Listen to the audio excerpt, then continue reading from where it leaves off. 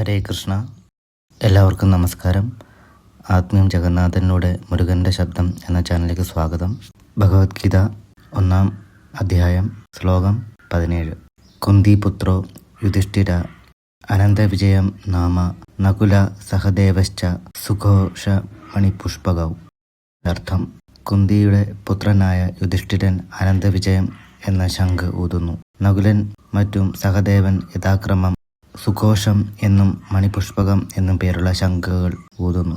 വ്യാഖ്യാനം: ഇവിടെ പാണ്ഡവ സഹോദരന്മാർ യുദ്ധത്തിന്റെ ആരംഭം പ്രഖ്യാപിക്കുന്ന ശംഖനാദം നടത്തുന്നു. യുധിഷ്ഠിരന്റെ ശംഖ് അനന്തവിജയം എന്ന അർത്ഥം ആക്കുന്നത് അവസാനമില്ലാത്ത വിജയം, ധർമ്മത്തിന്റെ വിജയം, കാലത്താൽ പരിമിതമല്ലെന്ന് ഇതിലൂടെ സൂചിപ്പിക്കുന്നു. ശ്ലോകം 18. കാശ്യശ്ച പരമേശ്വാസ ശിഖണ്ഡി ച മഹാരഥ ദൃഷ്ടിദ്യുമ്നോ വിരാടശ്ച സാത്യകിശ്ചാപരാജിത. അർത്ഥം: മഹാധനുർധാരിയായ കാശി രാജാവ്, മഹാരഥനായ ശിഖണ്ഡി, ദൃഷ്ടിദ്യുമ്നൻ, വിരാടൻ, അജയനായ സാത്യകി എല്ലാവരും ശംഖുകൾ ഊതുന്നു. വ്യാഖ്യാനം: ഈ ശ്ലോകം പാണ്ഡവ സൈന്യത്തിന്റെ വിപുലമായ ശക്തി കാണിക്കുന്നു.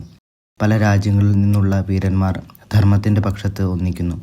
ധർമ്മം ഒരാളുടേത് മാത്രമല്ല, അത് ലോകത്തിന്റെ ശക്തിയാണ്. ശ്ലോകം 19. ദ്രുപദോ ദ്രൗപദേയാശ്ച സർവശ പ്രതിവിപദേ സൗഭദ്രശ്ച മഹാബാഹു ശംഖാൻ ദദ്മു പൃഥക് പൃഥക്.